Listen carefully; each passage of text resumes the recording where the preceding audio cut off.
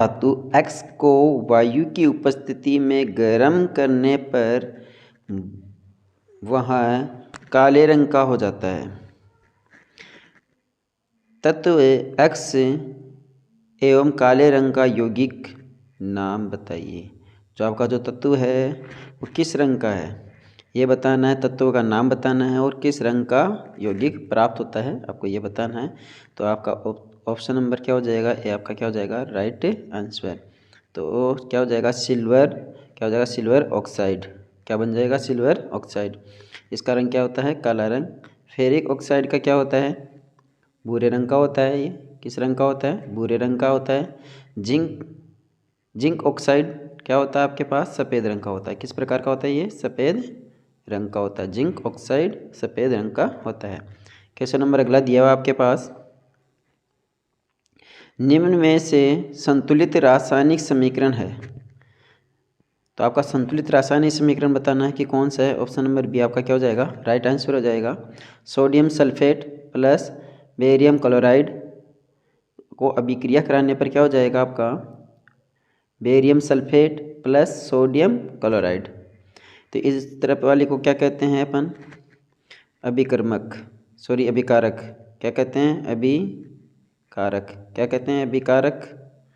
और इन्हें कहते हैं अभिकर्मक। क्या कहते हैं, अभिकर्मक। ठीक है। तो इस प्रकार से अगला क्वेश्चन में चलते हैं। क्वेश्चन नंबर 3, क्वेश्चन नंबर 3 दिया हुआ आपके पास। क्वेश्चन नंबर 3 दिया हुआ है। क्वेश्चन नंबर 3 ये कह रहा है, सोडियम हाइड्रोक्साइड का 10 ml विलयन हाइड्रोक्लोरीन के 8 ml विलयन से पूर्णतः उदासीन हो जाता है। यदि हम NaOH के उसी विलयन का 20 ml ले एवं उसमें HCl का 15 विलयन मिलाए तो प्राप्त विलयन होगा। तो क्या हो जाएगा, प्राप्त विलयन क्या होगा, तो प्राप्त विलयन क्या होगा, प्राप्त विलयन होगा आपका सारीय। क्या हो जाएगा आपका, प्राप्त विलयन सारीय हो जाएगा। अगला क्वेश्चन नंबर 4, एक व्यक्ति किसी घर में एक महिला के पुराने एवं मलिन सोने के कंगन एक विशेष विलयन में डालकर चमका देता है, लेकिन सोने के आभूषणों का वजन अत्यंत कम हो जाता है।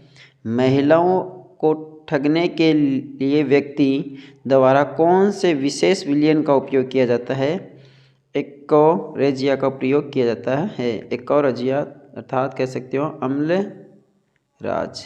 क्या कह सकते हो, अम्ल राज। क्या हो जाएगा आपका, अम्ल राज। जिसे शाही जल कहा जा सकता है। क्या कहा, दूसरा नाम क्या हो जाता है इसका, शाही जल। ठीक है। यह बनता है आपका सांद्र नाइट्रिक अम्ल और हाइड्रोक्लोराइड से मिलकर बना होता है। इनका अनुपात होता है 1:3। किस अनुपात में मिलाकर बनाया जाता है इनको, 1:3 में। HNO3 प्लस 3HCl इनको मिलाकर ये होता है सांद्र नाइट्रिक अम्ल, और ये होता है आपका हाइड्रोक्लोराइड। क्या होता है, हाइड्रोक्लोराइड को मिलाकर क्या बनाया जाता है, अम्ल राज। क्या बनाया जाता है, अम्ल राज। अगला क्वेश्चन नंबर दिया है 5, मनुष्य के शरीर में उस ग्रंथि का नाम बताइए जो हार्मोन तथा एंजाइम दोनों को स्रावित करती है। वो आपको ग्रंथि का नाम बताना है। वो ग्रंथि हो जाएगी आपकी अग्नाशय ग्रंथि। कौन सी ग्रंथि हो जाएगी, अग्नाशय ग्रंथि। क्वेश्चन नंबर 6 दिया हुआ है, उत्सर्जन का सही क्रम चुनिए। उत्सर्जन का क्या चुनना है आपको, सही क्रम चुनना है। उत्सर्जन का सही क्रम कौन सा है। क्वेश्चन नंबर 6 में उत्सर्जन का सही क्रम चुनना है। सही हो जाएगा आपका आंसर वक्रक मूत्रवाहिनी मूत्राशय मूत्र मार्ग। क्या हो जाएगा क्वेश्चन नंबर 6 में, उत्तर क्या हो जाएगा आपका 6। 1 मीटर फोकस दूरी वाले उत्तल लेंस, क्वेश्चन नंबर 7 है, 1 मीटर फोकस दूरी वाले उत्तल लेंस की क्षमता क्या हो जाएगी। तो उत्तल लेंस की क्षमता इक्वल टू क्या हो जाएगा आपके पास, पावर इज इक्वल टू क्या हो जाएगा 1 में एफ, फोकस दूरी, तो पी इज इक्वल टू क्या हो जाएगा 1 में 1, तो कटने पर क्या रह जाएगा 1, तो डायप्टर क्या हो जाएगी, लेंस की क्षमता का मापने का मात्र क्या होता है डायप्टर, तो एक डायप्टर आपका आंसर हो जाएगा। क्वेश्चन नंबर 8 दिया हुआ आपके पास, किसी उत्तल लेंस की फोकस दूरी होती है, किसी उत्तल लेंस की फोकस दूरी होती है, क्वेश्चन नंबर 8 दिया हुआ आपके पास, तो उसका उत्तर क्या हो जाएगा आपके पास धनात्मक होती है। अगला क्वेश्चन दिया हुआ है question number 9, F is equal to R upon में 2 सत्य है, कि किसके लिए सत्य होता है, जो फोकस दूरी होती है, जो क्या होती है एफ क्या होती है फोकस दूरी, जो त्रिज्या होती है उसकी क्या होती है वक्रता त्रिज्या की क्या होती है आदि, तो ये लागू होता है आपके लिए उत्तल दर्पण में और अवतल दर्पण में, किस में लागू होता है अवतल दर्पण और उत्तल दर्पण के लिए लागू होता है, तो ऑप्शन नंबर क्या हो जाएगा आपका डी राइट आंसर हो जाएगा। क्वेश्चन नंबर 10 दिया हुआ है, 9 न्यूटन का कोई बल किसी वस्तु पर लगाने पर यदि वस्तु बल की दिशा में 3 मीटर की दूरी विस्थापित हो जाती है तो वस्तु द्वारा किया गया कार्य, कोई वस्तु है, मान लो कोई यहाँ पर ए कोई एक स्थान है, ठीक है, तो मान लो यहाँ पर क्या लिखा हुआ है एक कोई स्थान है, एक कोई वस्तु है, इसको कितना न्यूटन बल लगाया जा रहा है 9 न्यूटन, कितना न्यूटन बल लगाया जा रहा है 9 न्यूटन क्या लगाया जा रहा है बल लगाकर इसे कितनी दूर विस्थापित कर दिया गया 3 मीटर की दूरी पर क्या कर दिया गया विस्थापित कर दिया गया, बल कितना लगाया गया 3 न्यूटन, तो अब कार्य कितना हुआ, तो कार्य is equal to W work is equal to हो जाता है एफ इंटू डिस्प्लेसमेंट एफ और एस, फोर्स इंटू विस्थापन, बल इंटू विस्थापन क्या हो जाएगा, बल कितना 9 न्यूटन और दूरी क्या है 3 मीटर, तो क्या हो जाएगा आपका 27 जूल, क्या हो जाएगा कार्य इज इक्वल टू 27 जूल, तो आपका आंसर क्या हो जाएगा यहाँ पर 27 जूल राइट आंसर। 11 ऐसी युक्ति जो विद्युत धारा उत्पन्न करती है कहलाती है, तो विद्युत जनित्र क्या कहलाती है विद्युत जनित्र, क्या कहलाती है विद्युत जनित्र।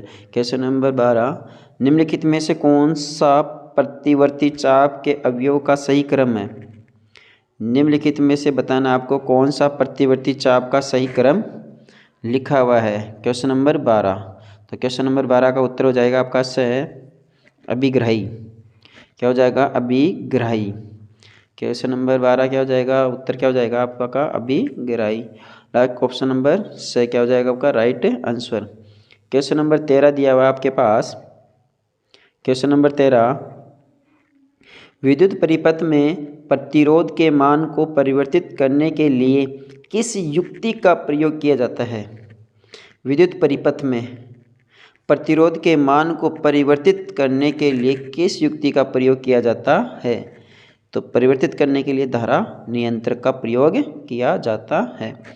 किसी विद्युत परिपथ में 100 वोल्ट का बल्ब लगता है जिसमें विभवांतर 250 वोल्ट है, तो इसमें प्रवाहित विद्युत धारा का मान क्या होगा, ठीक है, वोल्ट पी कितना पावर कितना लिखा हुआ है इसमें 100, क्या लिखा हुआ है 100 वोल्ट, विभवांतर कितना दिया हुआ आपके पास 250, निकालना क्या आपको आई, तो P इज इक्वल टू क्या होता है आई इंटू वी, तो अपने को क्या निकालना है धारा, तो I इज इक्वल टू क्या हो जाएगा P अपॉन में V, तो आपके पास क्या रह जाएगा 100 अपॉन में क्या हो जाएगा 250, काट दो कितना हो जाएगा 0.4 बार कट जाएगा, कितनी बार कटेगा 0.4 बार, तो आंसर क्या हो जाएगा 0.4 आपका क्या हो जाएगा राइट आंसर हो जाएगा। ठीक है, अगला क्वेश्चन दिया हुआ है क्वेश्चन नंबर 15, चुंबकीय क्षेत्र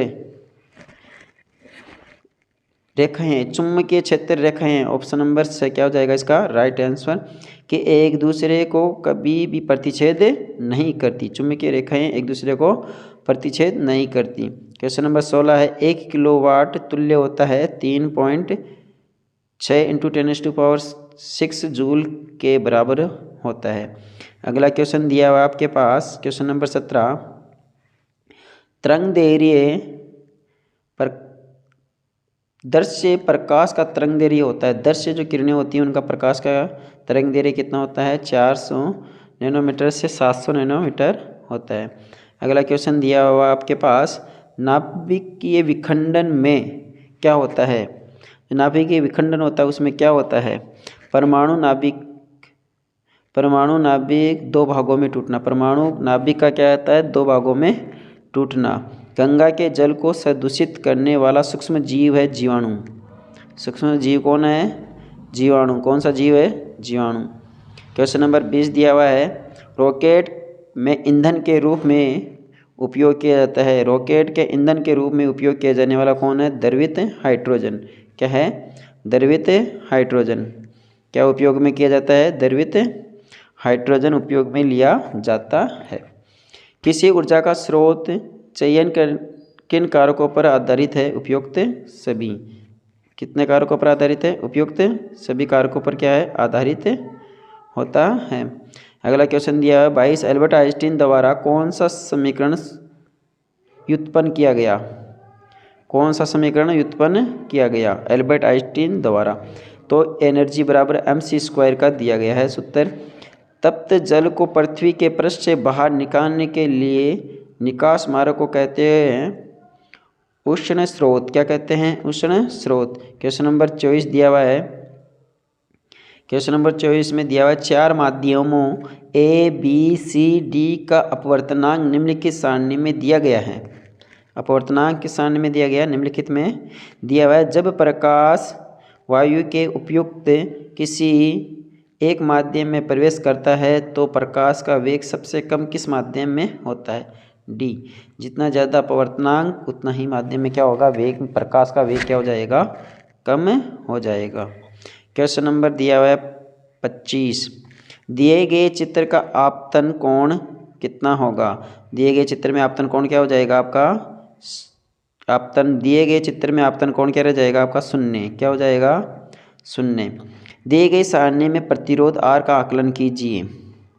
R ज्ञात करना है तो R इजक्वल टू प्रतिरोध इजक्वल टू क्या होता है? विभवांतर अपॉन में एम्पियर धारा। ठीक है, तो V कितना दिया हुआ है आपके पास? 2।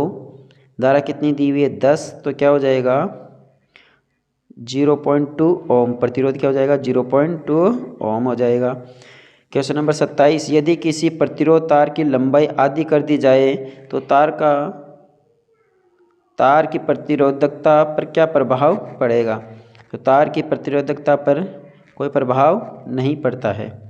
क्वेश्चन नंबर 28 दिया हुआ है, चिपको आंदोलन की शुरुआत कब की गई? 1973 में। ये उत्तर प्रदेश में है। ये कहाँ था? पहले उत्तर प्रदेश में, वर्तमान में उत्तराखंड क्षेत्र में पड़ता है। R सिंगल बॉन्ड CHO क्रियाशील मूलक को क्या कहा जाता है? एल्डिहाइड। क्या कहा जाता है? एल्डिहाइड।